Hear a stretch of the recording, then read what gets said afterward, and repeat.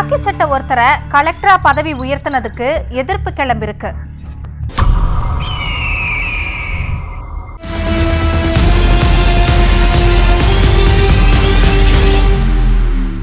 தமிழ்நாடு தீயணைப்பு மற்றும் மீட்பு பணிகள் துறையில இணை இயக்குனராக இருக்கிறாரு பிரியா ரவிச்சந்திரன்.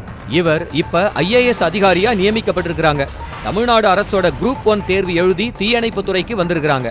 குரூப் 1 அரசு அதிகாரிகளை சில காலி இடங்களுக்கு மாநில அரசோட சிபாரிசுப்படி மத்திய அரசால IAS அதிகாரியா நியமிப்பாங்க. அந்த வகையில 2022 கேடர் நியமன IAS அதிகாரியா பிரியா ரவிச்சந்திரனை நியமிச்சிருக்கிறாங்க மத்திய அரசு. தமிழ்நாடு வரலாற்றிலேயே தீயணைப்பு துறையில காக்கி யூனிஃபார்ம்ல இருந்த அதிகாரிய IAS அந்தஸ்துக்கு உயர்த்துறது இதுவே முதல் முறையா. டெபுட்டி கலெக்டருக்கு தான் IAS அந்தஸ்து வழங்குறது வழக்கம். ஆனா காக்கி சீருடை பணியாளர் பதவியில இருந்த ஒருத்தரை அரசு நிர்வாக பணியை கவனிக்கிற IAS பதவியில எப்படி நியமிக்கலாம்னு ஓய்வு பெற்ற IASகள் சில பேர் போர்க்கொடி தூக்கி இருக்கிறாங்க. பிரியாவை IAS லிஸ்ட்ல சேர்க்கறதுனால நேரடியா IAS பாஸ் பண்ணிட்டு வந்தவங்க பதவி உயர்வுல பின்னுக்கு தள்ளப்படுவாங்கன்னு சொல்றாங்க.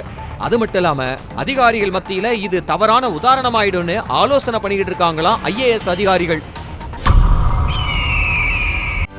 செய்திகளை உடனுக்குடனும் துல்லியமாகவும் தெரிந்து கொள்ள சப்ஸ்கிரைப் பண்ணுங்க.